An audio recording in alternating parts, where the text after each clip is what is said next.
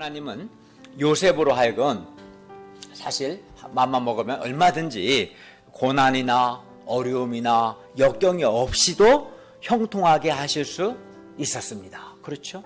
그러나 하나님께서는 왜 요셉으로 하여금 역경 속에서 고난 속에서 형통하게 하셨을까요? 왜 그렇게 하셨을까요? 왜냐하면 하나님께서 굳이 노예를 끌려가거나 억울한 누명에서 죄수로 가지 않고도 형통하게 할 수 있었지만 왜 그렇게 하셨는가? 왜냐하면 하나님께서 고난과 역경을 통해 요셉을 내적, 외적으로 하나님이 주신 꿈을 이루는 도구로 준비시키고자 하셨기 때문입니다. 요셉을 준비시키기 위해서였어요. 예를 들어 요셉은 역경을 통해 예를 처음에 보디발이죠. 보디발이 그를 정말 신뢰하고 다 맡겼어요. 그 자신도 보디발에게 충성했어요. 그러다 보면 이제 보디발을 의지할 수 있죠. 근데 요셉은 역경을 통해서 사람을 의지하지 않고 하나님만을 의지하는 사람으로 빚어졌습니다. 결정적인 순간에 보디발은 나쁜 지 아내 말을 들었어요. 요셉의 말을 안 듣고. 이걸 통해서 당하면서 사람을 근본적으로 의지할 대상이 아니구나. 사람을 의지했다가 배반당하는구나. 그걸 이제 몸소 깨닫게 되는 거죠. 그런데 우리가 하나님께 쓰임 받으려면 반드시 우리가 사람을 의지하지 말고 하나님만을 의지하는 것을 배워야 합니다. 그런데 우리가 사람의 인정과 사랑을 받을 때는 이것을 잘 못 배웁니다. 믿었던 사람에게 상처받고 배반당하는 아픔과 고통 속에서 우리는 사람을 의지하지 않고 하나님만을 깊이 의지하는 것을 배우게 됩니다.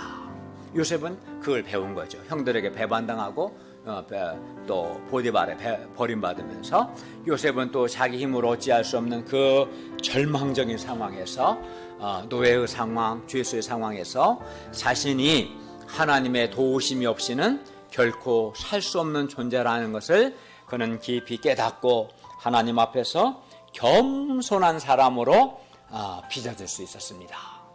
요셉은 또 보디발의 집과 그의 모든 수유, 옥중 죄수와 옥의 제반 사무를 맡아서 섬기면서 그는 섬김을 받는 자가 아니라 도리어 섬기는 자로서 섬기는 자로 훈련받고 또 섬기는 자로 내면이 변화되고 연단받고 성숙해졌을 겁니다.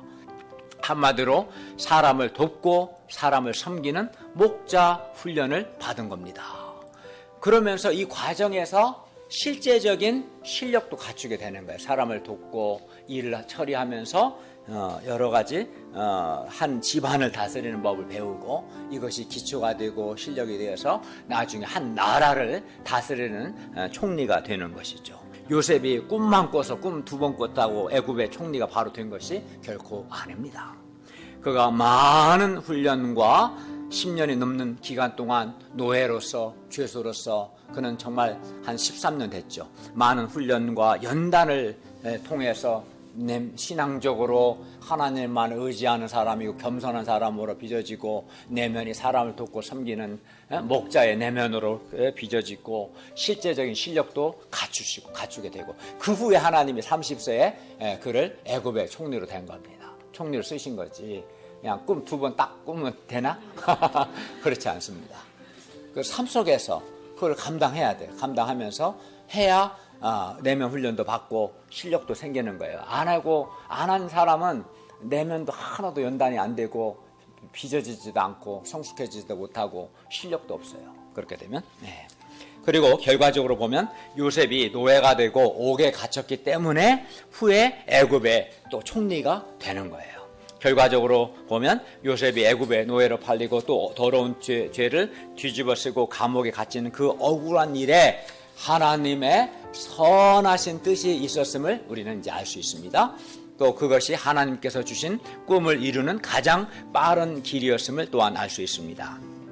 물론 여러분 요셉이 당시에는 이런 하나님의 선하신 뜻을 알았을까요? 하나님께서 이걸 통해서 나를 하나님만 의지하는 겸손한 사람으로 빚으시고 또 장차 애굽의 총리가 되어서 많은 사람을 구원하려고 나를 노예가 되게 하고 억울한 누명을 쓰고 죄수가 되게 했다.